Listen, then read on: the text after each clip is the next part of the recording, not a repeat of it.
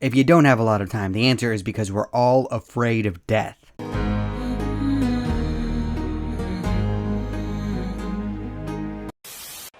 Life sucks, and then you die. Greetings, fellow mortals. Just a reminder, saying "it's just my opinion" is for cowards. Recently, I read the book Yellowface by R.F. Kuang.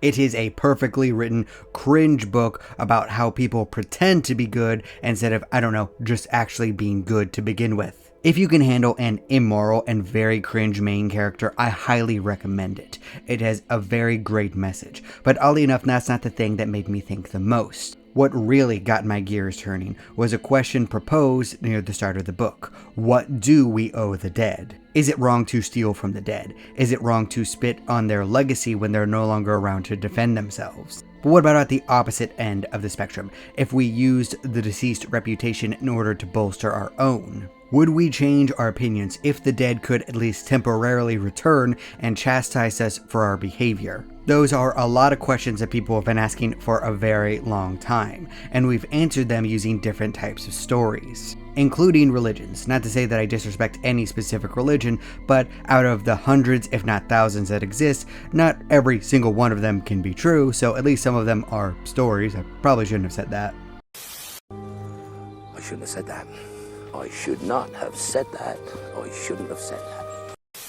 There are a lot of different takes in religion about what comes after death. Some people believe that there's a heaven and a hell. Some people believe that there's only purgatory. Some people believe in reincarnation. Some people believe that you just blink out of existence. Some people believe that you fuse with the force of the universe. But most religions have rules about how you treat corpses and how you respect those who have come before. And sometimes in those religions, how you treat the dead will affect their afterlife. In terms of practical secularism, the reason that we properly dispose of the dead is for the health of the living, because if corpses were just lying around, all of us would get very, very sick. We would probably be joining the deceased a lot sooner than what we would want if we just left their bodies just lying around. So as long as the bodies are properly handled, there's really not that big of a difference. But there comes a question of what to do with the person's life work, everything that they left behind when they died. For the most part, people just accept the final will of the deceased to say what happens to the inheritance. But what happens if there is no will, or if what the deceased wants can't be done? What if they want their house and all of the money that they earned throughout their life burned, and you can't do that safely? What then? Well, obviously you're going to have to ignore what the deceased would have wanted. Or it can be like what I've seen multiple times in my life, and people will still ignore what the deceased wanted, even though the terms of the will are very plainly laid out in a very coherent manner. I see nothing. I was not here. I did not even get up this morning. Think of stories like Poltergeist, The Conjuring, The Haunting of Hill House, and even something like Monster House. Each one of them tells a tale of spirits locked not only onto the physical plane of existence, but onto a piece of property, or at least onto a piece of land. These ghosts are not happy that the possessions that they had in their actual life now belong to someone else, or that their own bodies are being disrespected. There's usually a lot of anger and sadness involved over the fact that the living are ignoring what the dead would have wanted.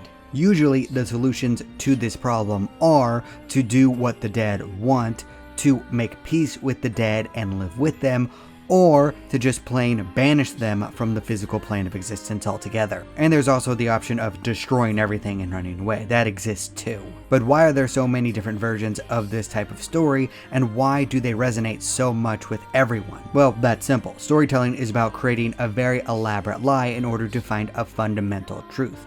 And the truth is that a lot of houses feel haunted after someone has passed away. From experience, going through someone's belongings is very weird. You can almost feel them over your shoulder. You can almost hear their voice in your ear, telling you stories about where these things came from and how these pictures were taken. Especially if you are very close to the person involved. It feels like they're still here even though you know that they're not. And this continues if you go through the belongings of someone that you don't know. You can almost put together their life story through their belongings. It's a very surreal and sad experience because you know this person is gone. You can't talk to them, but you do want to speak with them and you want to ask them questions. When you're in the dead's house holding their things, you can almost feel them looking at you from the corner. It is very creepy. It does feel like you're being haunted, and that's where these types of ghost stories come from.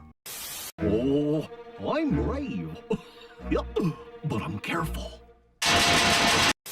Of course, there's also the issue of the dead possibly being mad about how the way their life concluded. In American horror stories, Native Americans or indigenous people or American Indians or whatever they want to be called are often the subject of it because they were just totally over. There is no denying that. It's the vengeful spirit trope, if you will. Oftentimes, the ghosts in these types of stories won't leave until either the person responsible is dead, brought to justice, or atoned. And sometimes the ghosts are so angry in these types of stories that they might end up hurting innocent people. Well, the previous type of ghost story was focused on the mourning process.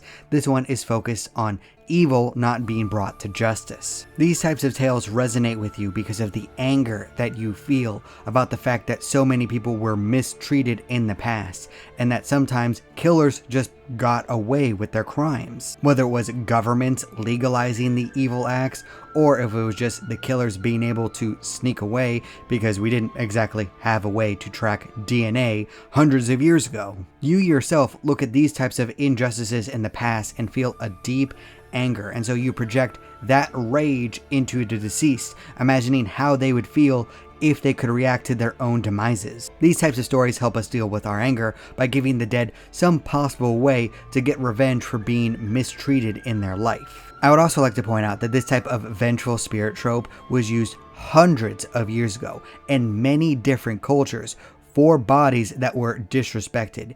If you did not treat the corpse the proper way, then the spirit would come to get you. Isn't that interesting that once again pops up? Really makes you think.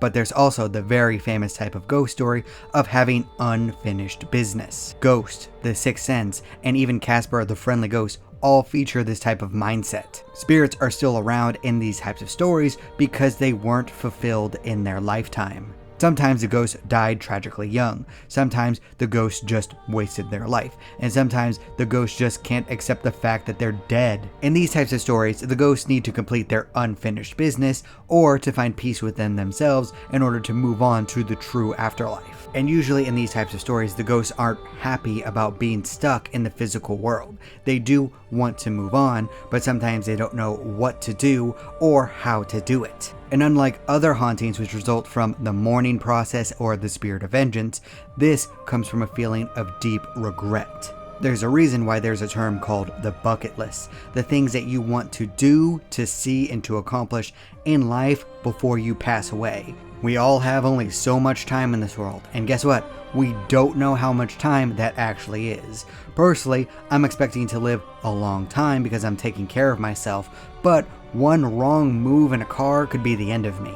Generally speaking, when I make a decision, I think about what 88-year-old version of me would think looking back and what he would regret the most. And I say the most because there will be some regrets. I mean, there are choices that I made that didn't end up like I wanted them to, but hey, guess what? I made the best choice based on the information I had at the moment, so really the regret is I wish that I knew more. The unfinished business trope with ghosts comes from a deep fear of regret. If you died today, what is the thing that you would regret the most? That's what these types of stories are trying to tell you, is that you have to live your life in a way that makes you satisfied, as long as you're not hurting a bunch of other people. Don't hurt people to make yourself happy. This type of unfinished business trope has just as much to do with being afraid of not living your best life as with death itself.